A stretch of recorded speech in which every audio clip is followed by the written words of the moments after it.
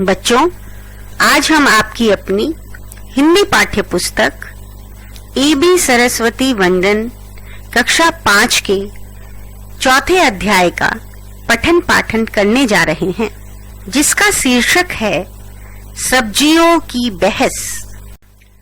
बच्चों, इस पाठ में हम देखेंगे कि सभी सब्जियां एक दूसरे को श्रेष्ठ बताने के लिए कैसे एक दूसरे के साथ बहस कर रही हैं,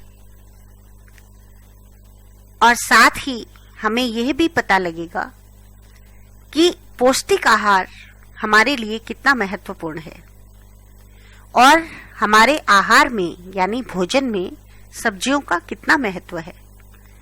आज हम इस पाठ के माध्यम से सब्जियों के विभिन्न नाम और उनकी उपयोगिता के बारे में जानेंगे। तो चलिए बच्चों, इस रोचक पाठ को पढ़ते हैं।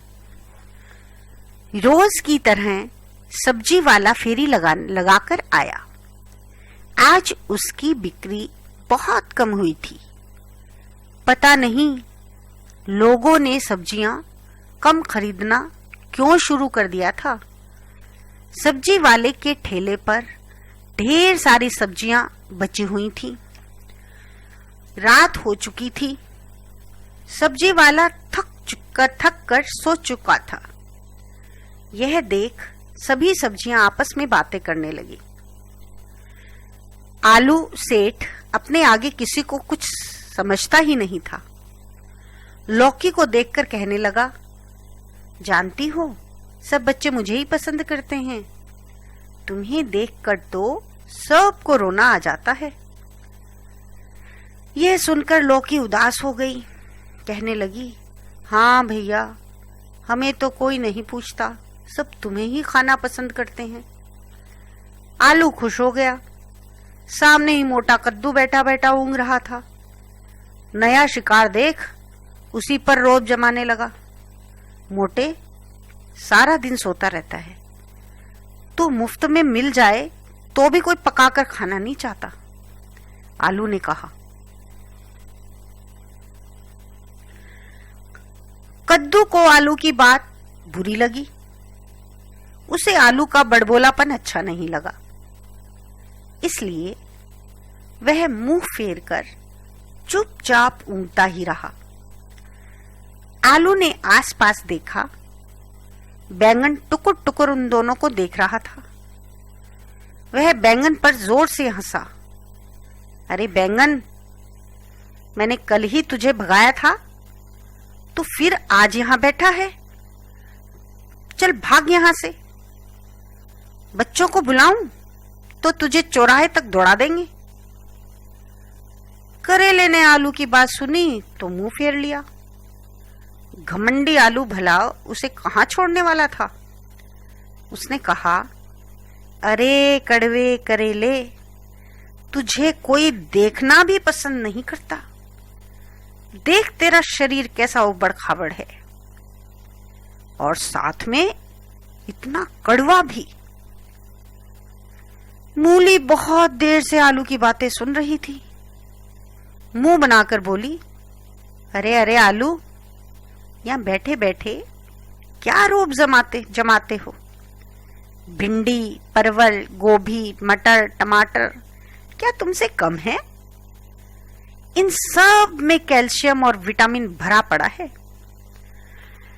गाजर, चुकंदर, मेथी, पालक सभी मूली की हाँ में हाँ मिलाने लगे। गोभी के फूल ने शर्माते हुए कहा, जो हम सबसे दोस्ती करते हैं वे टमाटर की तरह लाल और मेरी तरह सेहतमंद हो जाते हैं। आलू ने देखा सब एक साथ मिलकर उसे छेड़ रहे हैं। वह लाल पीला होकर बोला, मेरे बिना किसी का गुजारा नहीं। यहाँ कौन है जो मेरी तरह 12 महीने रहता है? बच्चे हों या बूढ़े, सभी मेरे समोसे, टिकिया, पकोड़े, पराठे खाना पसंद करते हैं। मैं सबके दिलों पर राज करता हूँ। सभी सब्जियां आलू की जली कटी बातें सुनकर परेशान हो चुकी थी। उन्होंने उसकी पोल खोलनी शुरू की। मटर बोला, अरे आलू, जो बच्चे सिर्फ तुमसे दोस्ती रखते हैं वे तुम्हें खाकर तुम्हारी तरह मोटे हो जाते हैं, और तो और वे ठीक से दौड़ भी नहीं सकते। जो बच्चे हमसे दोस्ती रखते हैं वे मौज मस्ती करते हैं, कभी बीमार नहीं पड़ते, हमेशा चुस्त दिखाई देते हैं।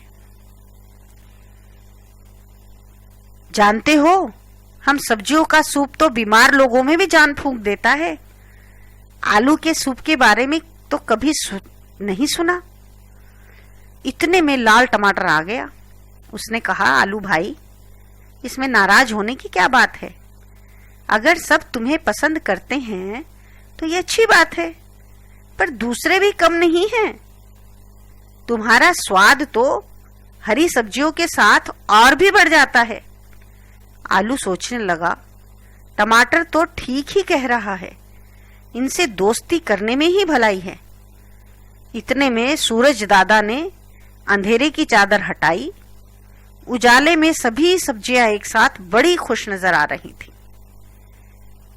तो बच्चों, आपने इस पाठ में क्या पढ़ा और इस पाठ से आपको क्या सीखने को मिला?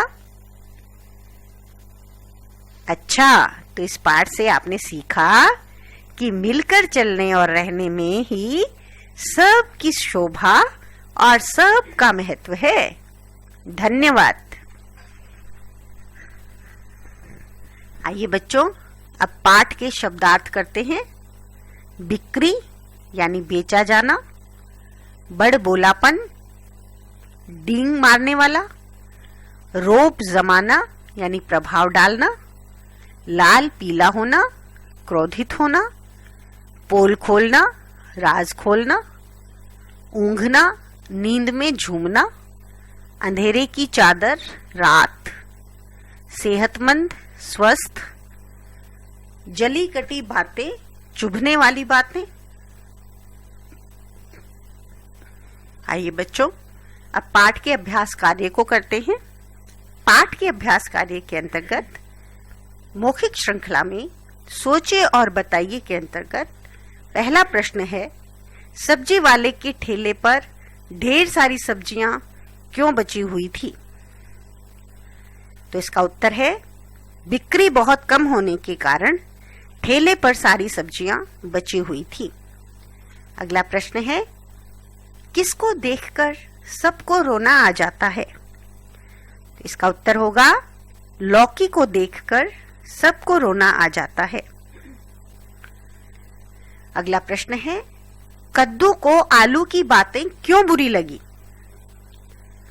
इस प्रश्न का उत्तर होगा, मोटा कहने पर कद्दू को आलू की बात बुरी लगी। नेक्स्ट क्वेश्चन है, टमाटर ने आलू को क्या समझाया? इसका उत्तर होगा, टमाटर ने उसे सबके साथ मिलकर चलने और रहने के लिए समझाया। चलिए बच्चों, नेक्स्ट क्वेश्चन, लिखित पाठक ज्ञान के अंतर्गत किसने कहा? इसमें पहली पंक्ति है, जानती हो सब बच्चे मुझे ही पसंद करते हैं, तुम्हें देखकर तो सबको रोना आ जाता है। किसने कहा? आलू ने। अगली पंक्ति है, अरे अरे आलू, यहाँ बैठे बैठे क्या रोब जमाते हो? किसने कहा ये? मूली ने। जो हम सबसे दोस्ती करते हैं वे टमाटर की तरह लाल और मेरी तरह सेहतमंद हो जाते हैं। ये वाला वाक्य किसने कहा था? गोभी ने। आलू के सूप के बारे में तो कभी नहीं सुना। ये किसने बोला? किसने बोला? टमाटर ने। इसमें नाराज होने की क्या बात है? ये किसने कहा? ये भी टमाटर ने। तो आइए बच्चों,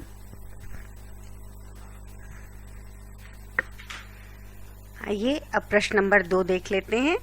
दिए गए शब्दों की मदद से खाली स्थान भरिए। इसमें पहला वाक्य है, सब्जी वाले के ठेले पर ढेर सारी डैश बची हुई थी। तो इसमें क्या आएगा? सब्जियां। क्या आया इसमें? सब्जियां। अगला वाक्य, आलू सेठ अपने आगे किसी को कुछ डैश ही नहीं था। इसमें क्या आएगा? समझता। आलू सेठ अपने आगे किसी को कुछ समझता ही नहीं था। अगला वाक्य है, कद्दू को आलू का डैश अच्छा नहीं लगा। क्या अच्छा नहीं लगा? बड़बोलापन। सभी सब्जियां आलू की डैश बातें सुनकर परेशान हो चुकी थी। इस रिक्त स्थान में क्या आएगा? जली कटी। सभी सब्जियां आलू की जली कटी बातें सुनकर परेशान हो चुकी थी। अगला वाक्य है, उजाले में सभी सब्जियां डैश बड़ी खुश नजर आ रही थी। उजाले में सभी सब्जियां एक साथ बड़ी खुश नजर आ रही थी। तो बच्चों, इस प्रकार से हमने पाठ 4 के अभ्यास कार्य के प्रश्न 1 और 2 को किया। पाठ को हमने बहुत ही अच्छे से पढ़ा। शेष प्रश्नों को आप स्वयं हल करने का प्रयास करेंगे। धन्यवाद।